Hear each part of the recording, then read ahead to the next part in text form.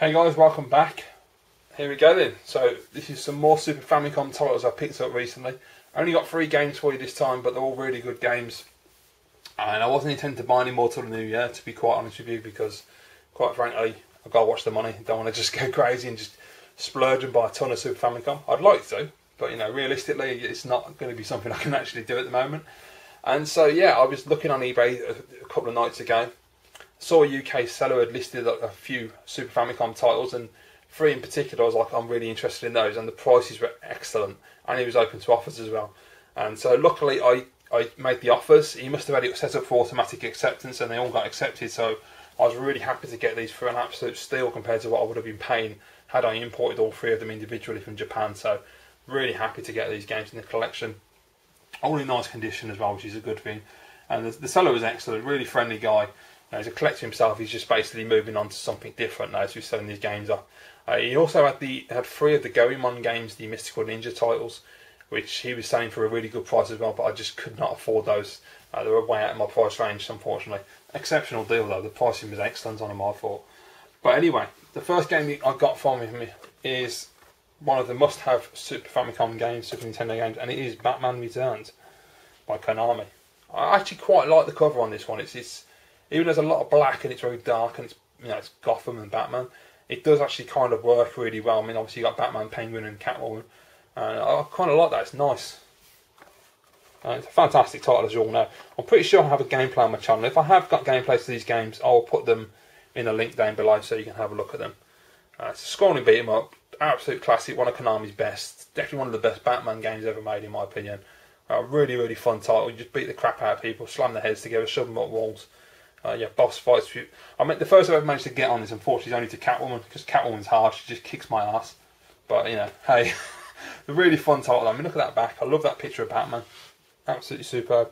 Yeah, it's in really, really nice condition as well, all the way around. I mean, the manual, the disc, the cartridge, even everything is spot on. So I was really happy to get this, because I was looking at a copy that was on the best copy I could find in Japan. Was I think £33, and I was like, oh, that's a bit much. I don't really want to pay that for it. Yeah, but you know, you pay what you have to and you want the best condition. I managed to get this one for 20, so I was really chuffed. And it's in the UK as well, so no import tax or nothing. Not that you really get import tax with Japanese sellers, but you know, there's always a possibility. So yeah, Batman Returns, fantastic edition. So next up, I got this one. Now, this is like jumping in without buying the original first, but it was on a good deal. I couldn't pass it up, and the condition is fantastic, so I had to buy it because it's a great game. It is Final Fight 2. I mean, look at that. I love the Super Famicom Final Fight covers. They look so good. I mean, look at the bright yellows, the reds, just the way they got the 3 characters there. The Final Fight logo looks fantastic. I love the font they used for that. It just looks superb. And there you go. And you got the awesome little screenshot, which I absolutely love that on Super Famicom titles. Yeah, I mean, this is not the best Final Fight game on the system. Without doubt, the best Final Fight on the Super Nintendo, Super Famicom, is Final Fight 3, or Final Fight Tough as it's known in Japan. Easily the best title of the 3 as far as I'm concerned, or the 4 if you count Final Fight Guy, of course. Doesn't really count because it's not really a different game, it's just the same game with a different character. But yeah, Final Fight 2 is fantastic. I've never managed to complete this. I've got right through to the last boss, and then I died, and I've got no continues.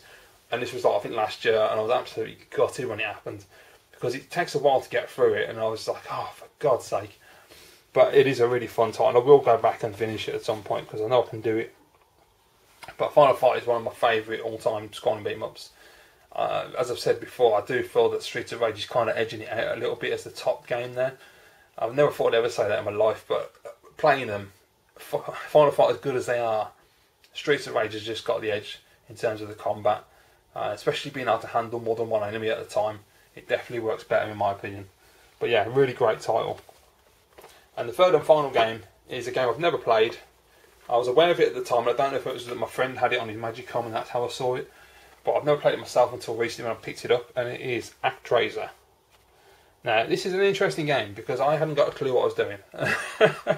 I put the game on, I managed to navigate the menus and work out how to start the game up. Got to the first stage, got my arse handed to me a couple of times, then I managed to get through to the boss, died, tried again, managed to get through and kill the boss. No problem at all.